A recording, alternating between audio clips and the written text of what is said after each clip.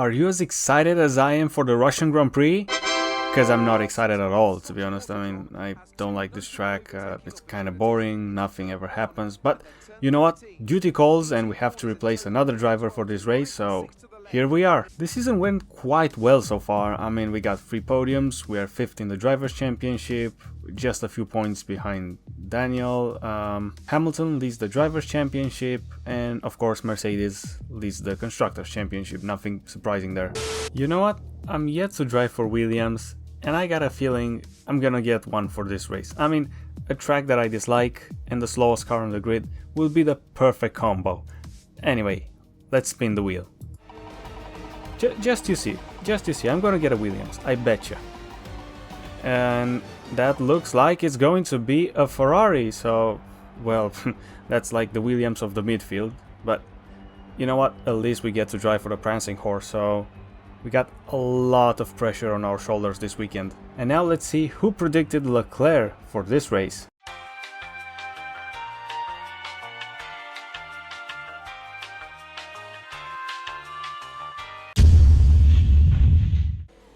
As usual, for the first run I put more fuel in the car to get 2 quali laps.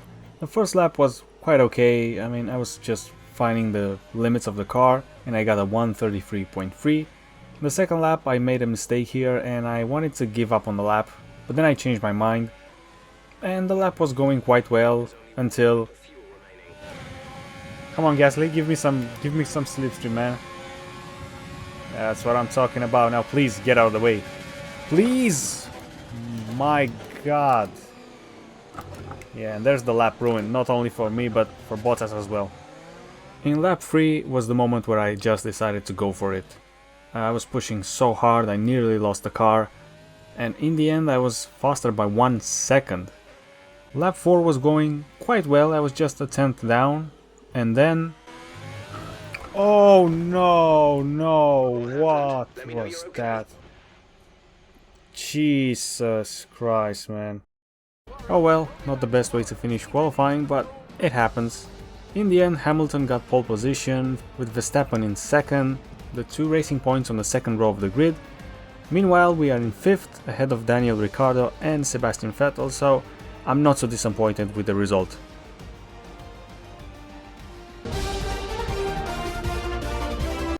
I don't care about the strategy, just as last time we'll adapt and, I mean, yeah, let's just go. This should be interesting. You know, my objective would be to, I don't know, keep this position, I guess, because I think the racing points are just a bit too fast for us. But we'll see. Anyway, we have a Renault going down the inside, that has to be, yep, that's Ricciardo, and we have a safety car already.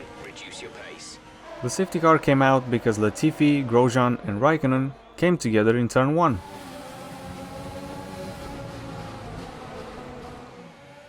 Meanwhile, an idea came to my mind. Guys, the safety car is out. Should we... Slow button on. Oh, okay. But I was wondering, should we... And charge button on. Yep, okay, got it. But should we pit? I mean, we could have a good advantage on the other guys. I will come back to you. 1 eternity later. So, should we pit or not? We are not 100% sure. Oh, for fuck's sake, I'm pitting, I don't care. Let's box, guys. Yep, new medium tires and we'll see what happens. Okay, first of all, don't get a penalty. Especially under a safety car, that would be very dumb. I mean, we are not racing anyone. So let's see, guys, please don't mess it up. I mean, there's no hurry. We can take our time. I was surprised to see that no one else apart from Grosjean decided to pit. I mean, he probably pitted just because he had some damage, and that's it. But anyway, then I started to catch the safety car queue at a very slow pace. I wanted to take as much care as I could of these tires. And luckily for us, the safety car decided to stay out for 1 more lap. No, the safety car stays out for 1 more lap. Great, that's great news for us. And here I opened Race Director to check who was on what tires, to get a clear image of, you know, how the race would unfold. And luckily only Russell was on medium tires ahead of me. So the rest would pit in a few laps and just get out the way. And that's green flag, and let's see if this works. We're trailing our teammate by 3.8 seconds. Yeah, not so bad considering that I've already stopped, huh? I don't think I even need to use overtake here, because there's no way to overtake anyone. How am I slower than an Alfa Romeo? That's what I want to know. Okay, someone hasn't heated up his tires properly. I'll let you guys guess who that is. We gotta start passing people here. There are certain moments where silence falls on a racing track and you know what that means. Nope. Okay, that was very close. That could have been a complete disaster right there. And I'm not exaggerating. I mean, look at that gap there. That's pretty much nothing. Just a few centimeters away from disaster. I mean, if I cannot pass, you know, an Alfa Romeo in a Williams, imagine when I'll have to fight with the Mercedes guys.